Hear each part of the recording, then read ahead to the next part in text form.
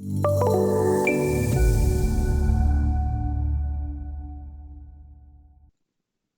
this section, we will learn how to model a vessel as an equivalent pipe using an existing piping model, and we'll do so according to the images shown here.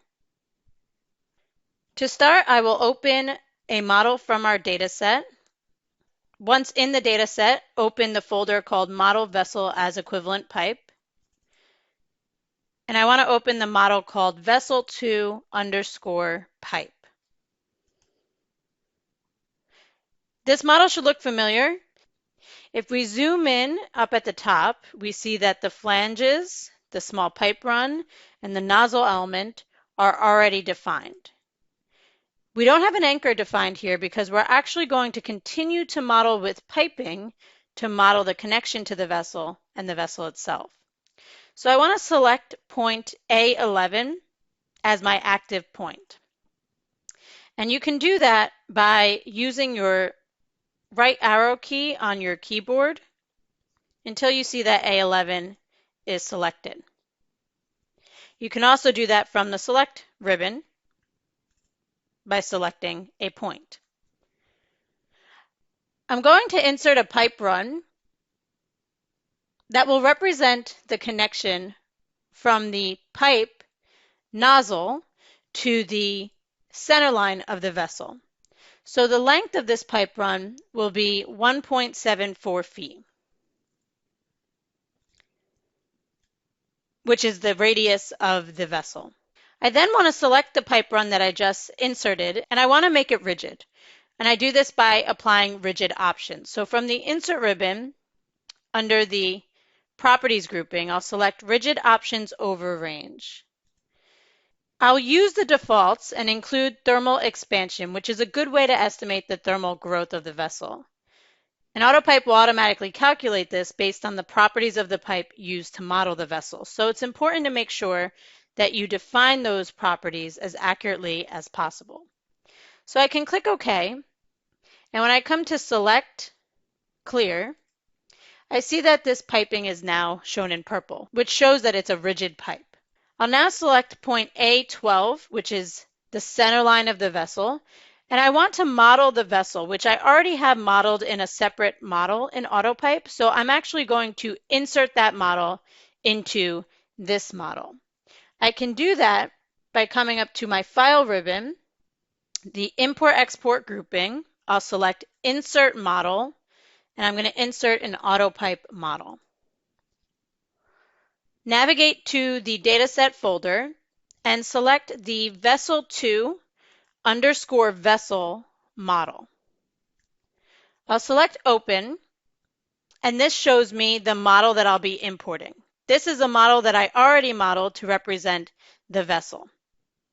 So you can do this directly in the piping model, or if you have it in a separate model, you can insert it like we're doing here. I need to select a base point in this model that I want to connect to that A12 point at the center line of my vessel in my piping model. And that base point happens to be A2, but you would want to be clear on that before inserting the model. So down in the command line, I'm going to type in A2 and click OK. Next, AutoPIPE brings me back to my AutoPIPE model, where I want to connect directly to the selected point, which is A12. And again, I'll click OK. And I see that I have my vessel model brought into my piping model. They are now connected, and this point A12 is now a T, which connects my vessel to my pipe. If I view this model in wireframe, we can see this a bit more clearly. Next, let's review the static earthquake and wind loads that are currently in our model. So we'll come to Loads and select Static Earthquake. We can see that we have two earthquake loads in here, user loads. And I can accept that. And if I select Wind, I can also see that I have two wind loads defined in this model. And I can click OK. In the previous example, we defined the movement that the vessel will see on our supports that are connecting back to the vessel by putting in imposed displacements. In this case, we don't have to do that, but we do want to connect our supports back to the center line of the vessel. So if I view my vessel from the front,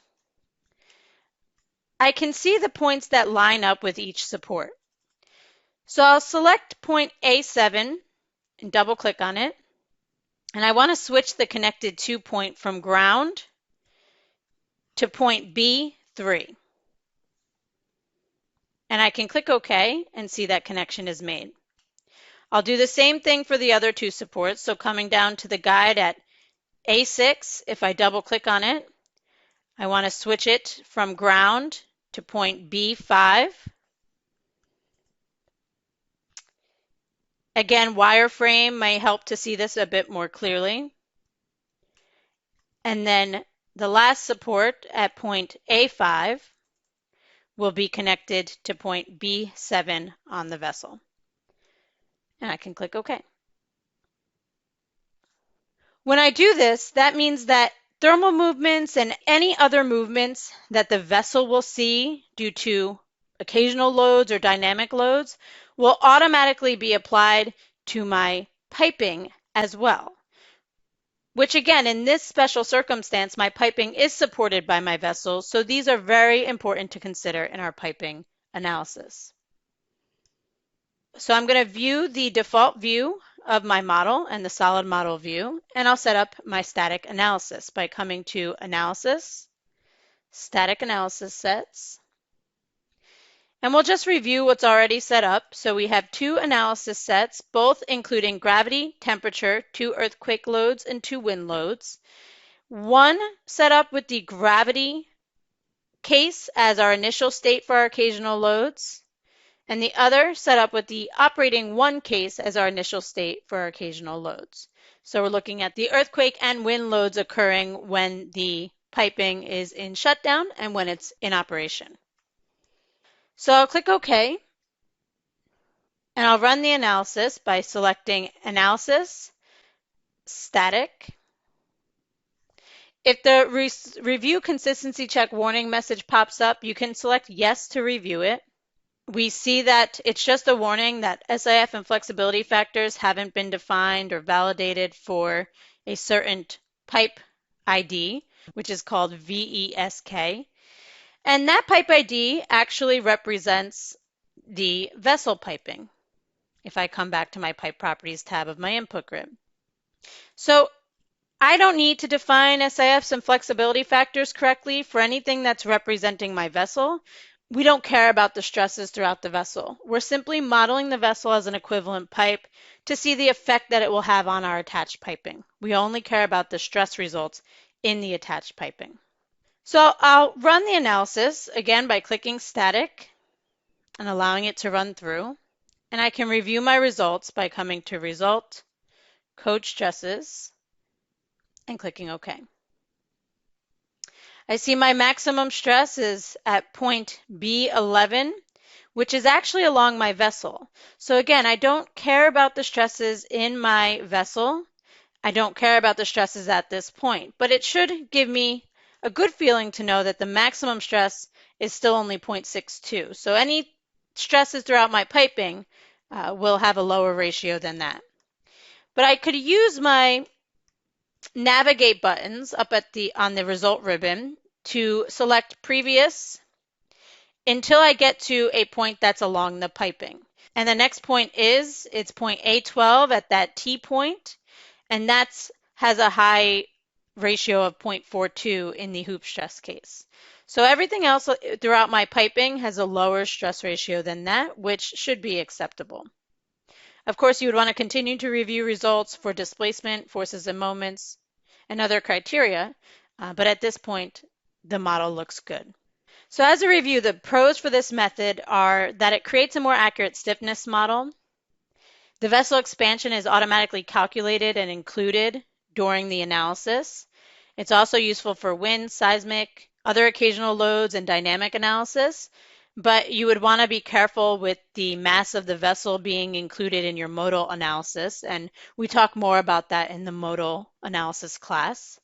And lastly, a temperature gradient can be applied to the vessel to represent different temperature levels, and the thermal movements would automatically be adjusted then for the different temperatures. The main con for this method is that it just takes longer to model, and if you did want to export this to AutoPIPE nozzle or AutoPIPE vessel, it would take another step to add reference points. This concludes the Vessel Modeling in AutoPIPE training class. Thank you for joining. If you found this video helpful, please give it a like. If you want to see more such series, consider subscribing to our channel. Thank you, and see you next time.